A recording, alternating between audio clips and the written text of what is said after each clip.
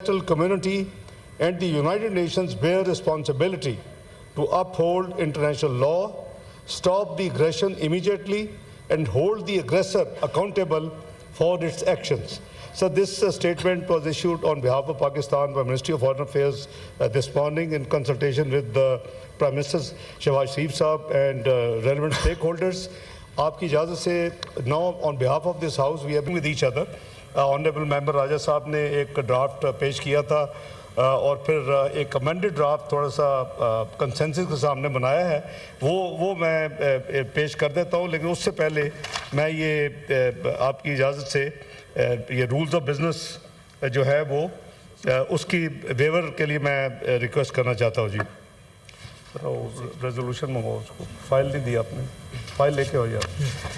जनाब chairman, I Muhammad Ishaq Dar hereby move under Rule 263 of the Rules of Procedure and Conduct of Business in the Senate 2012 that the requirement of Rules 29, 30 and 133 of the said rules be dispensed with in order to move a resolution. Thank you, Mr. Chairman. Those who are in favor of the motion may say aye. Those who against the motion may say no. I think the ayes have it. The ayes have it. The motion is carried unanimously. Leader of the House, please move the resolution. बहुत शुक्रिया जनाब chairman.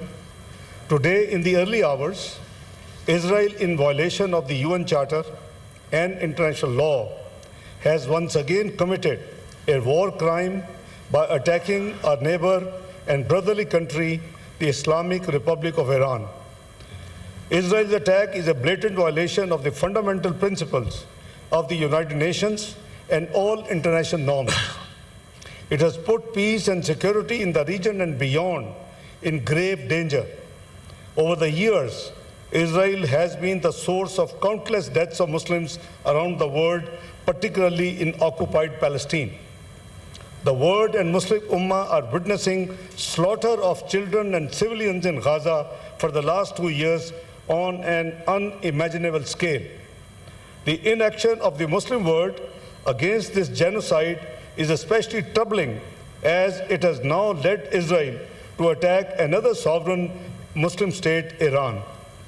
This House jointly and unequivocally condemns Israel and its heinous crimes against Muslim Ummah, especially against brotherly nations of Palestine and Iran. This House stands resolute with our Iranian brothers and sisters and supports their right to defend themselves against this aggression. Thank you, Mr. Chairman. I now put the resolution before the House. Those who are in favor of the resolution may say aye.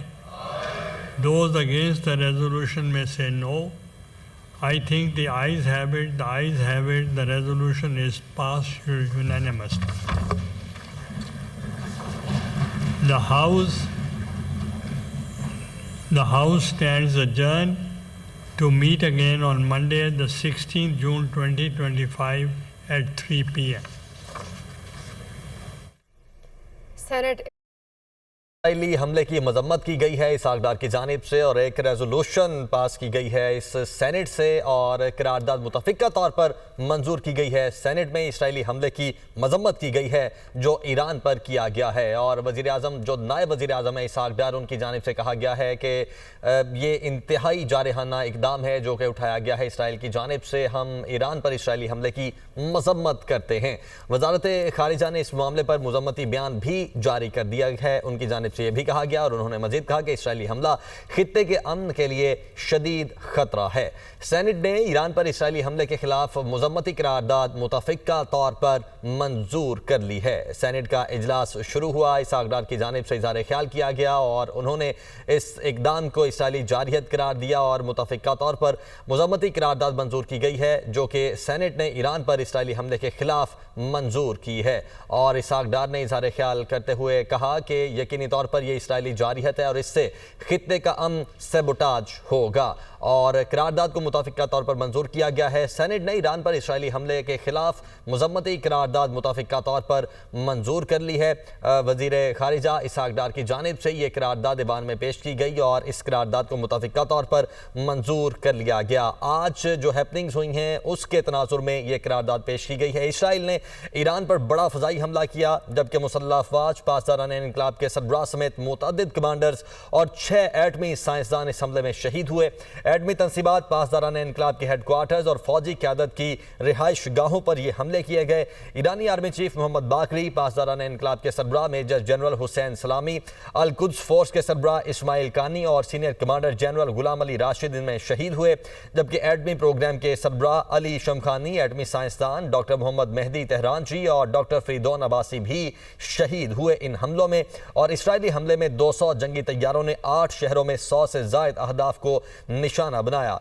Tehran, Tabrez, अस्फहान, अरमिया, मुरागा और Ahvaz पर missile हमलों के बाद लड़ाका तैयारों से बमबारी भी की गई और इन इसराइली हमलों में 5 अफराद जाँ बहक हुए, जबकि 35 बच्चों समेत 50 अफराद जख्मी हुए। इसी हवाले से एक मजम्मती करारदाद अभी ईरान में इधर सेनेट में पेश की गई है और सेनेट में पेश करने के बाद उसको मुतफिका तौर पर मंजूर कर लिया गया है। ईरान के हक में करारदाद को मुतफिका तौर पर सेनेट से मंजूर कर लिया गया है। तो सेनेट ने ईरान पर इसराइली हमले के खिलाफ मजम्मती करारदाद मुतफिका तौर पर मंजूर कर ली है। जो नायब वज़ीर आज़म है इसहाक डार, उनकी जानिब से यह करारदाद पेश की गई और उन्होंने कहा कि इसराइली जारहियत है ये यकीनी तौर पर, और इस जारहियत से इस खित्ते का अमन सबोटाज होगा और यकीनी तौर पर ईरान अपने दिफा का हक महफूज रखता है, ये भी कहा गया इसहाक डार की जानिब से। तो आज जो बहुत बड़ी डेवलपमेंट हुई वो ये थी कि इसराइल ने ईरान पर बड़ा फ़ज़ाई हमला किया।